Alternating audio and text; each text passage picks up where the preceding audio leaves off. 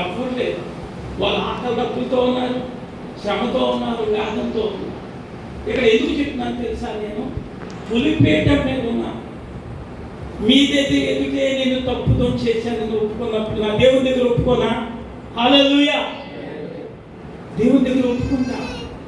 ఎందుకు ఒప్పుకుంటాను?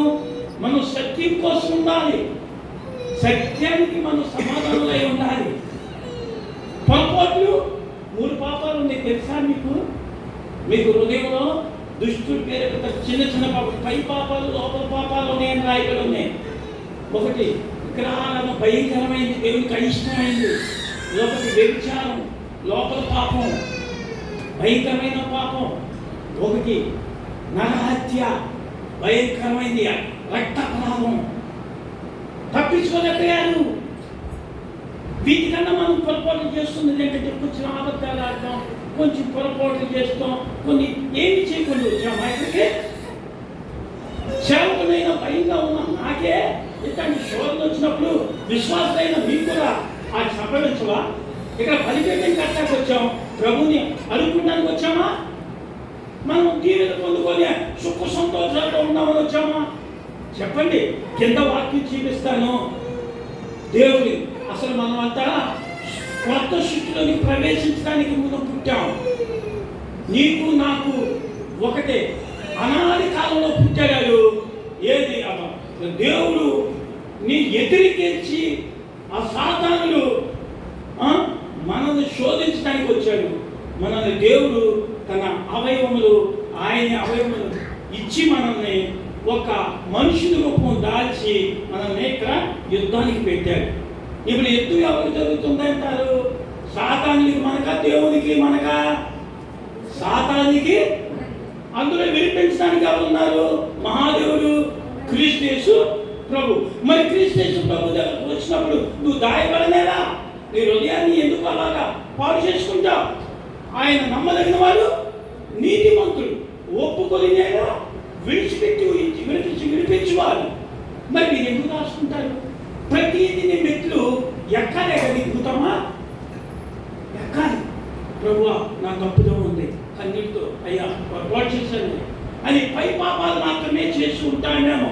ఎవరు భక్తి పరులు అన్నది అంటే భక్తి అంటే ఏంటో ఉండదు, భక్తి పరులు అన్నదే ఉండదు. ప్రభుతో కలిసి ఉంటేనే ప్రభుతో మనం కలిసి ఉన్న ఆత్మ నడిపింపు. అంతేకాని పొరపాట్లు చేస్తూనే ఉంటాం. కానీ ఒప్పుకుంటాక రావాలి. ఇంకా ఆత్మలో వెలిగించబడిన వాళ్ళు ఇంకా దేవునితో అగ్నితో మండబడాలి. చూడండి ఇక్కడ తప్పిదములు అదే రాయబడి ఉంది. చూడండి అమ్మ, ఒకసారి సహాయం చేయండి. ఒకరు తప్పిదములు నైనా ఆత్మ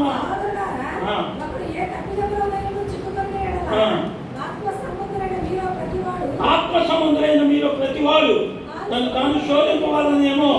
అంటే తాను శోధించాలి. మీకు మీకే శోధన రాకల్లా ఆ తప్పుదం చేసిన వాటితో కూడా శోధన వచ్చిందంట. ఆ శోధింపబడినేమో అని తమ ఇష్టమై చూసుకోవచ్చు. సాత్విక మనసుతో అటు వారిని మంచి దారిని తీసుకురావలను. ఒకని భారంలో ఒకడు భరించి ఇలాగూ క్రీస్తు నియమమును నెరవేర్చు. ఎవరైనాను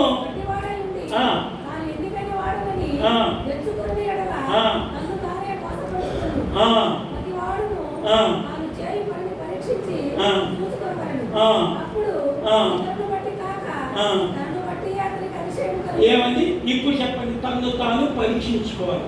ఇప్పుడు నేను పరీక్షించుకున్నాను, జరిగిపోయింది. పరీక్షించుకున్నప్పుడు నాకు తెలుస్తుందా తెలియదండి? మీకు కూడా తెలుస్తుందా తెలియదు? తల్లిదారు చెప్పండి, మీ గలం ఇప్పండి, మీకు కూడా తెలుస్తుంది.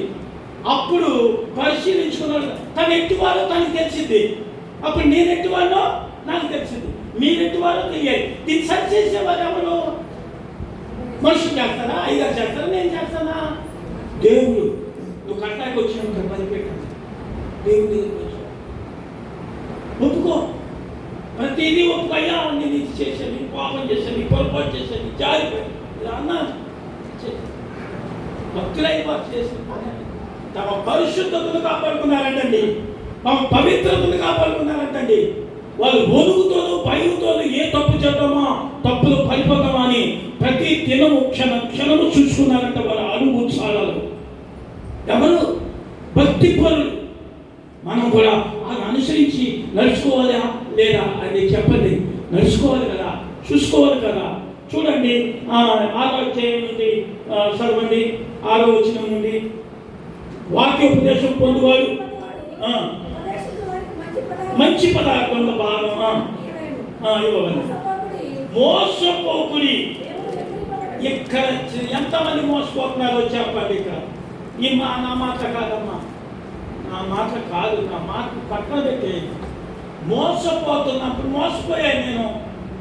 అలాగా నా డబ్బులు పోగొట్టుకున్నవాడినా నేను. ఎంత కష్టపడి మరి ఎన్ని రోజులు ఆగాను.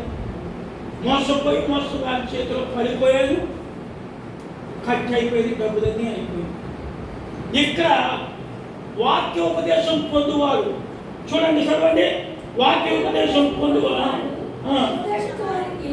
ఉపదేశించు వారికి మంచి పదార్థమన్నిటిలో భాగం ఇవ్వలేదని ఆపారు. భాగం ఇవ్వలేదని ఆపారు. ఆపి ఇంకా మాట్లాడాలి వేరే. కానీ అక్కడ ఏమన్నారు? మోసపోకుని దేవుడు ఎక్కిరింపబడడు. మనం ఎక్కిరుతున్నావా? చెప్పండి, మనం ఎక్కిరుతున్నావా దేవుణ్ణి? ఈ మాట అన్నందుకు నిజంగా ఎక్కిరుతున్నాం. ఉపదేశించు వారికి ప్రేమించి నిజంగా మీకు తెలియదేమో. సేవకులు మీ ఇంతకుముందే చెప్పాను, సేవకుడు అవటం చాలా కష్టమని. కొలిపేదల నుంచి ఎవరు పట్టాలని చెప్తే అది ఎలా ఉంటుందో కానీ శోధించబడ్డాను, చాలాసార్లు శోధించబడ్డాను. నేను వాక్యం చెప్తే ఇంటికి వెళ్ళంగానే ఎంత శోధన చేయడం, నా భార్యకి నా బిడ్డలతో ఒక్కొక్కప్పుడు చోరాలు పడిపోయేవాడు. వాక్యం మళ్ళీ కన్నీటి కాచి ప్రభు సహాయం. వాడు దాడి చేయకుండా ఉండరు. దాడి సేవకుల మీదే పడుతుంది. ఎందుకో తెలుసా? దేవుని పనిచేసే వాడిని వాళ్ళు ఎంత మాత్రమో విడిచిపెట్టరు. ఈ మాట పలికడైన ఉపదేశించు వారికి ఓసారి మంచి పదార్థంలో భాగం ఇవ్వాలి అని అన్నాడు. దేవుడు ఎక్కిరింపగలడు. ఈ మాట ఈయన మనం సరిగా చేయకపోతే మోసంలో పడతాం, ఎక్కిరింప సర్వమైతాం.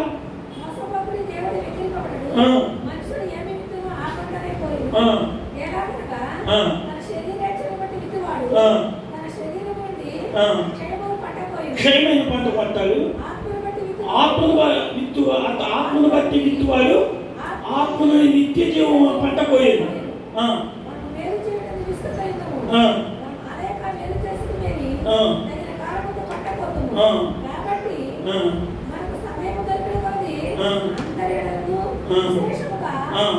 విశ్వాస గృహములకు చేరు వారి మేలు చేయదు. చెప్పండి, విశ్వాసుల గృహాలు చేరు వారి మేలు చేయదు. విశ్వాస గృహాల్లో మరి కూడికలు పెట్టుకుంటాం, కృతజ్ఞత కూడికలు అవన్నీ. పంట అవసరమా అవసరం లేదా చెప్పండి. అంటే మనకు పంట లేదా? ఏమండి, పంట పండిస్తున్నారు వ్యవసాయకులు, పండిస్తారు, ఎంత ఆనందపడతారు. మనదే పంట ఉందా లేదా? ఉంది. ఏ పంట? నువ్వు ఆత్మల విషయమే భారం కలిగి ఆత్మలకు సహాయం చేసే దాంట్లో నీ భాగము ఏమాత్రం సంకుచితం లేకుండా మరి సేవకుని పాదాల దగ్గర పడేయాలి. మోసపోకుని దేవుడు ఎక్కిరించగలరు. నువ్వు ఎక్కిరిస్తున్నావో ఒకసారి పరిశీలన చేసుకో. ఆయన ఎక్కిరిస్తున్నారు ఈ మాట అన్నందుకు. పంట కావాలి మనకి. ఎక్కడ పంట కావాలి? సంఘంలో. ఇదంతా వ్యవసాయం చేస్తున్నాడంట దేవుడు. గృహాల విషయాలలో, విశ్వాస విషయాల్లో మనం, మీకు తెలుసో తెలీదో నాకు అనిపిస్తుంది, విశ్వాసులు గృహాలు ప్రార్థన చేస్తున్నప్పుడు కొంతమంది వస్తారు, కొంతమంది రారు. అనుకూలపరుచుకుంటూ ఉంటారు. అసలు అందరూ రావాలండి, అది ఖచ్చితం. అది కొన్ని సంఘాల్లో జరుగుతుంది. మీరు తెలియదేమో, మీరు చాలా సంఘాలు కలుగుతారు చెప్తున్నారు. అసలు విడిచిపెట్టరు. బలమైన శక్తి అక్కడే. ఇక్కడ రాయబడి ఉంది పంట కోయటానికి. పంటకు మీరు డబ్బులు ఇస్తున్నారా? ఏమన్నా మీ పంట ఎక్కడుంది? ఎక్కడెక్కడ ఉందనుకుంటున్నారా? దేవుని సంఘంలోనే ఉంది. ఇక్కడే మీరు పంట కోసుకునేది. మీరు విద్యా కొద్దికి మీ పంట పెరుగుతూ ఉంటుందంట. కానీ ఆయన మనిషితో చెప్పారో ఆత్మతో చెప్పారో నాకు తెలియదు, కానీ ఇక్కడ ఇచ్చే ముందుకి అక్కడ కడతా ఉన్నారంట. అది నాకు తెలియదు, కానీ రియల్గా మీరు ఇచ్చే ముందుకి పంటకి అంటే ఇక్కడ ఉన్న అభివృద్ధికి ఆత్మలకి మీ లెక్క గొప్పదవుతుంది. నాకు తెలుసు ఆ లెక్క, మీకు తెలుసో తెలియదు. మోసపోకుడి దేవుడు ఎక్కించగలరు.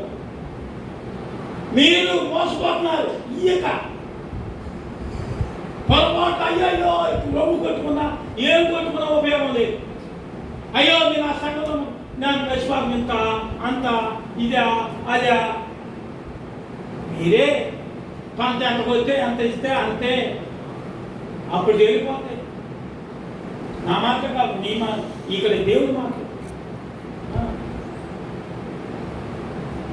చూడండి, చివరి మాటకు వచ్చేద్దాం. ఎందుకంటే మరి శరీరానుసారంగా ఎత్తువాడు శరీరం పంట వస్తారు, ఆత్మానుసారాలు ఆత్మ పంట వస్తారు. అక్కడికి వచ్చేది చూడండి అమ్మా, 11వ వచనం చదవండి. చివరి వరకు చదివేసేయండి.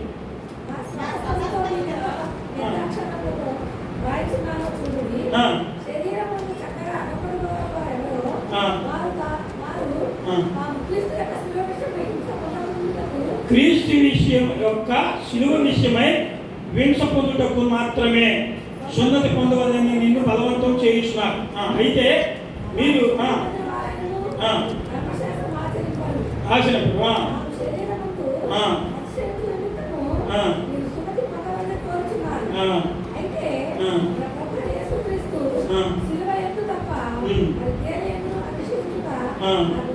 దూరమగు కాక శిలువ యందు అంటే ఎంస యందు. ఒక మాట చెప్తాను, పేదవారు తమ్మిలా ధనికులు తమ్మిలా చెప్పాలి. పేదలైన మీరు ధన్యులు అన్న వాక్యం విన్నారా? ఏం లేదా? చదవండి, బయట చదవట్లేదు. పేదలైన మీరు ధన్యులు, ధనికులైన వారు మీరు ధన్యులు అన్నారా? చెప్పండి అమ్మా, ధనికులైన మీరు ధన్యులను. పేదలు అన్నాడు, అయ్యా ధనవంతుల్లో ప్రవేశించరు, సూర్యుడు ముచ్చిపెట్టలోకి వెళ్ళినా సులువు అన్నారు, కానీ ధనవంతులు పర్లోక రాజ్యంలో ప్రవేశించడం అని అనగానే అట్లా ఎవరు రక్షించబడినాయా అన్నారు. పేదలు గురువు పేదలని పేరు అంటా అంటారు కదా, ఆయన మన కోసమే ఆ మాట్లాడుతుంది. అప్పుడు ఆయన అన్నారు, మనుషులకు అసాధ్యమే కానీ దేవుడికి సమస్తము సాధ్యం.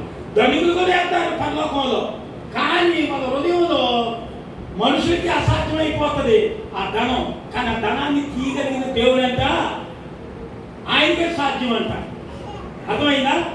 ఆయన మాటకి జవాబు ఇచ్చేసాడు పేతురు అన్న మాటకి. అంటే ధనికులు కూడా వెళ్తారు, అవును మనుషులకు అసాధ్యమే, ధనవంతుడు.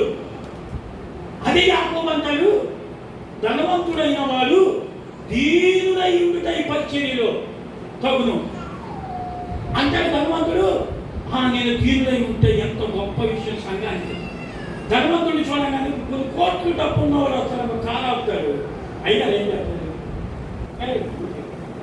మంచి కుర్చీ ఆయన రండి సార్, నేను చూసానమ్మా, మా సంఘంలో చూశాను, చిరిగిపోయిందమ్మా ముసలామ్మ. సరే అక్కడ వచ్చింది, మొట్టమొదటి ఆమె వచ్చింది, కూర్చుంది ఇక్కడ. మా అయ్యగారు పేరు చెప్పండి. అప్పుడు నేను వాక్యం చెప్తా ఉన్నాను. మంచి వైట్ షర్ట్ కాలు దిగారు, వచ్చేసారు. ఇలా చూసి నువ్వు వెళ్ళి అచ్చం కూర్చో అని తీసుకెళ్ళి అక్కడ కూర్చోబెట్టారు. ఆయన వెళ్ళి ఇలా చూస్తున్నాను నేను, వాక్యం భయంకరంగా ఉండే. ఇదేంటండి ఆ మనిషిని లేపి అక్కడ కూర్చోబెట్టి మీరంటే కూర్చో అని చెప్పి అలా తీసుకొచ్చి సింహాసనం ఎక్కిచ్చేసారమ్మా.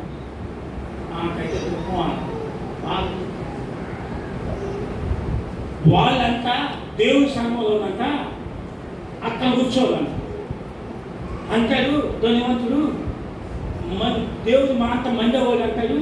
ఏమంటాడు తెలుసా, ఈ దీనత్వం నా డబ్బులు బట్టి, నా ధనాన్ని బట్టి రాలేదు, నాకు అది పెద్దతో సమానం. ఈ దీవుల మధ్య నేను బ్రతకడానికి ధన్యున్నాను. అదే యాకోబు అంటాడు, అమ్మ తగ్గించుకో.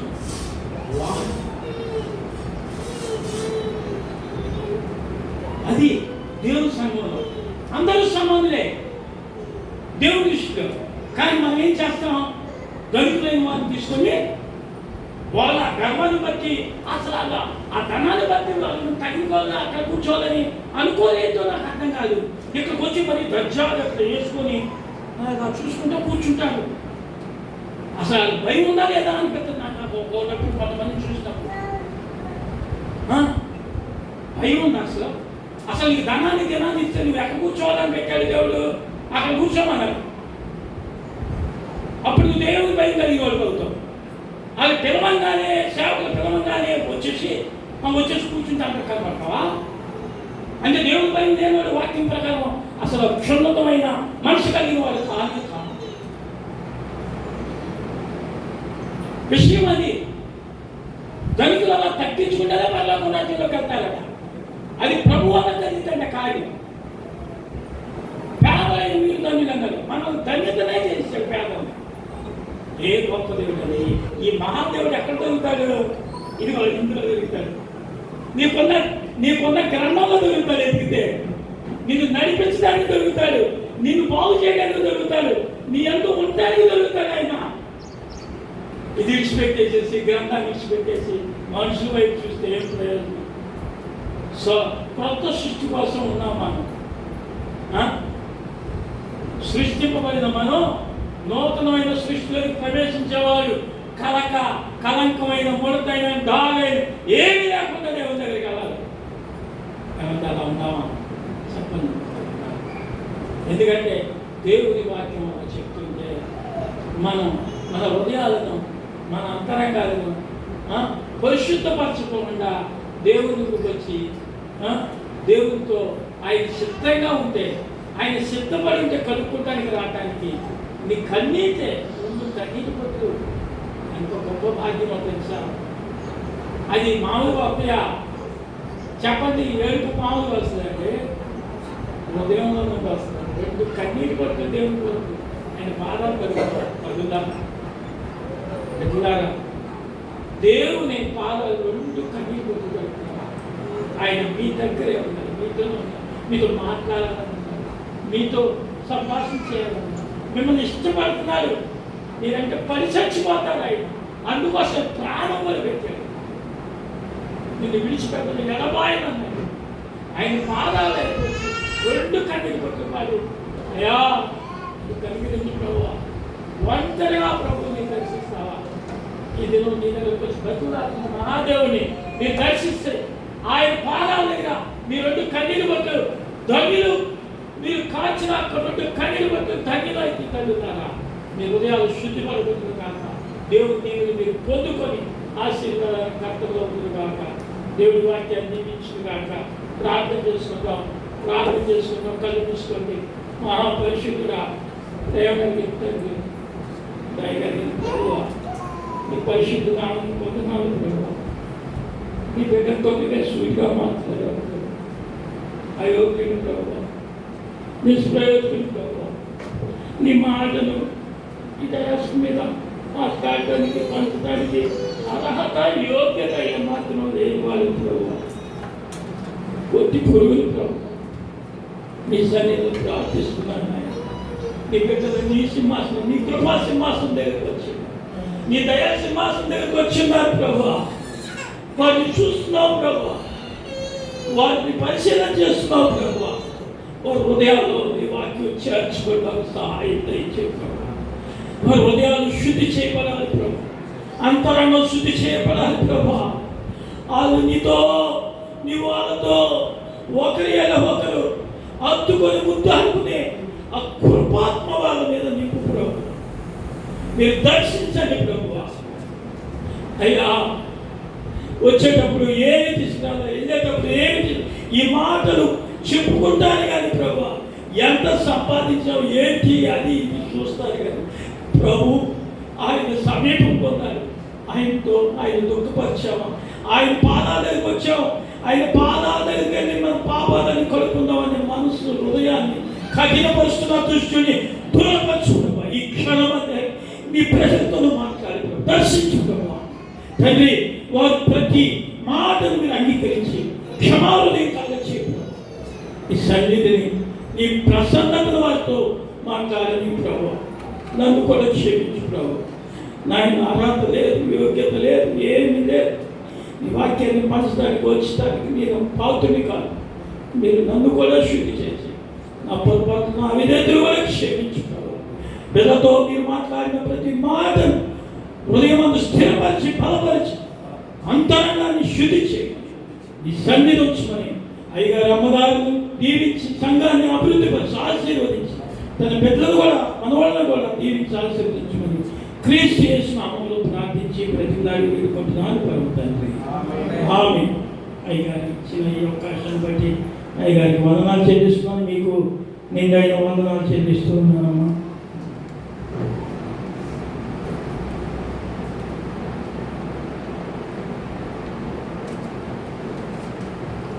దేవునికి స్తోత్రం. హల్లెలూయా. దేవుని యొక్క ఆశీర్వాదం తీసుకున్నాం.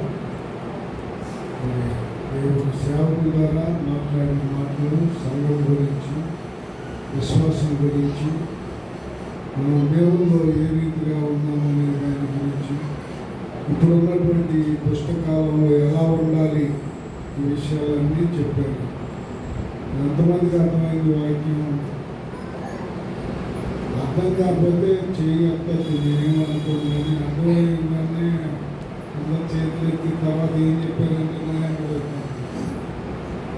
అర్థమైందమ్మా కానీ తిరిగి చెప్తా ఉన్నామా ఇది అన్నట్టుగా మంచి మాటలు మరి దేవుడి సన్నిధిలో చెప్పాలనేటువంటి ఆలోచన గ్రహింపు దేవుడు వారికి ఇచ్చారు.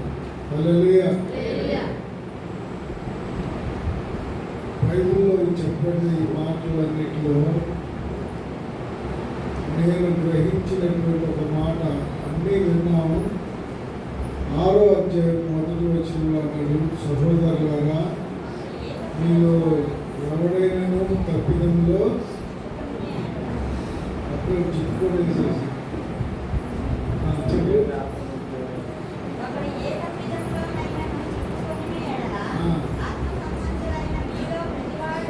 ఆత్మ సంబంధులైన మీలో ప్రతివాడు